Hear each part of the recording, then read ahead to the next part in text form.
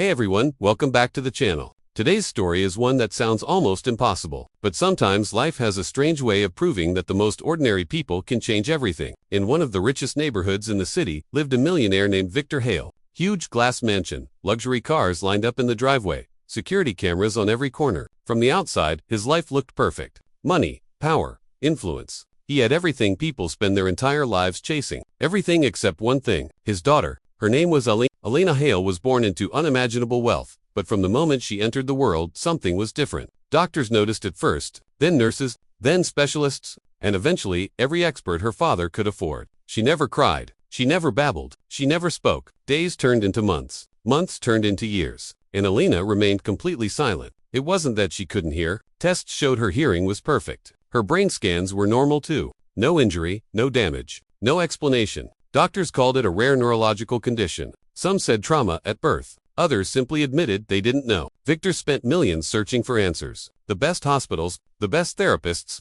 specialists flown in from different countries. Nothing worked. Elena grew up quiet, observant, watching the world like someone standing behind glass. At 6 years old, she still had never spoken a single word. Her mother had passed away when Elena was just a baby, so Victor carried the weight of everything alone. Business meetings during the day, silent dinners with his daughter at night. He loved her more than anything, but the silence in that mansion felt heavier every year. Meanwhile, across town, life looked very different for someone else. Daniel Cruz. Daniel was a single father and a garbage truck worker. Every morning before sunrise, he put on a bright orange vest, grabbed a cup of cheap coffee, and headed out to clean the city. His truck rattled. His paycheck was small, but his heart was big. His 8-year-old son Mateo was the center of his world. Daniel used to tell him, "No job is small if you do it with respect." Most people never noticed the garbage workers passing through their streets. Some avoided eye contact. Others treated them like they were invisible. Daniel didn't mind. He was used to it. One morning, his route changed. The truck turned into Victor Hale's luxury neighborhood. Huge houses, perfect lawns, expensive cars. It was the kind of place where people barely acknowledged workers like him. Daniel hopped down from the truck and began pulling the heavy trash bins toward the back. That's when he noticed something. A little girl sitting near the front gate of the largest mansion on the street. She wasn't playing. She wasn't talking. She was just watching. Every morning after that, she was there again. Same spot,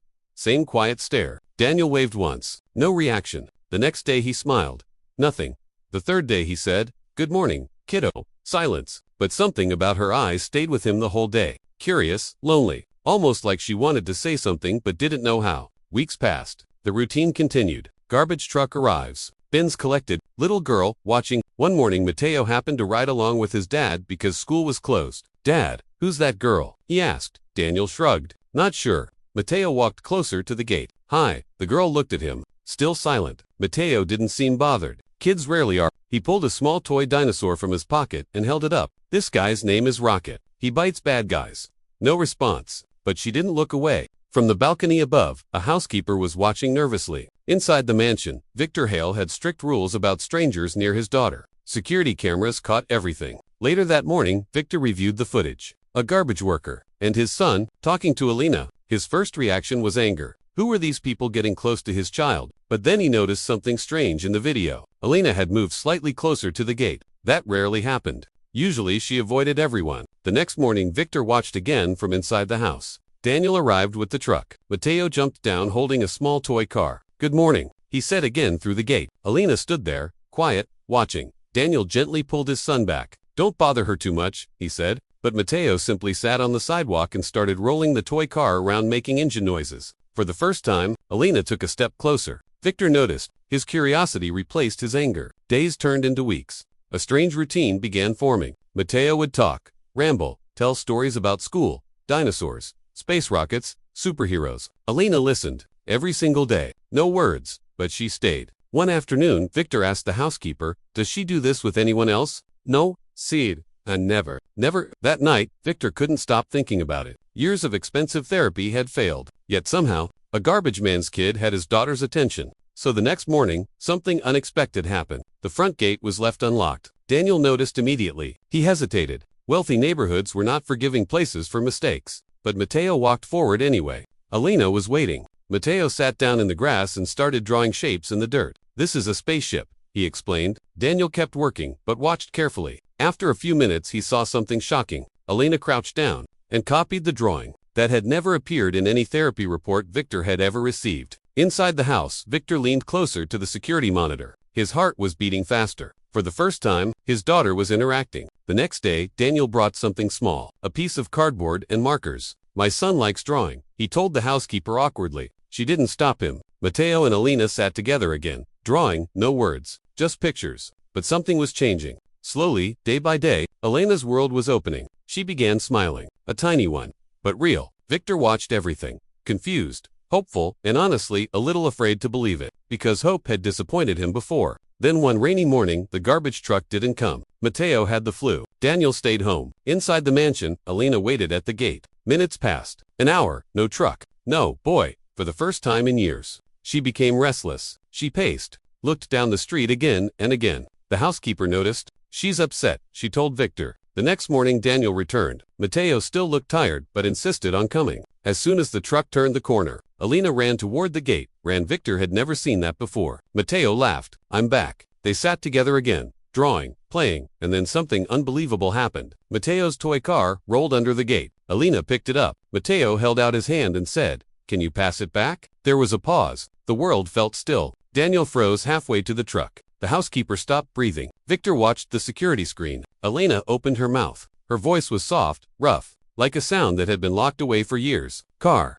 One word, barely louder than a whisper. But it was real. Everyone stood frozen. Mateo blinked. "Yeah," he smiled gently. Car inside the mansion. Victor dropped the tablet he was holding. His hands were shaking. His daughter had just spoken for the first time in her life. Outside, Alina looked confused, almost scared by her own voice. Daniel slowly walked closer. Not too close. Just enough. Mateo grinned. "See, Rocket, the dinosaur told you could talk." Alina looked at him, then quietly repeated another word. "Rocket." Daniel felt his eyes burn. The housekeeper covered her mouth. Inside the mansion, Victor was already running down the stairs. By the time he reached the gate, his heart was pounding so hard he could barely breathe. For years he had imagined this moment, but now that it was happening, he didn't know what to do. Alina turned toward him. "Dad," that was the moment Victor broke.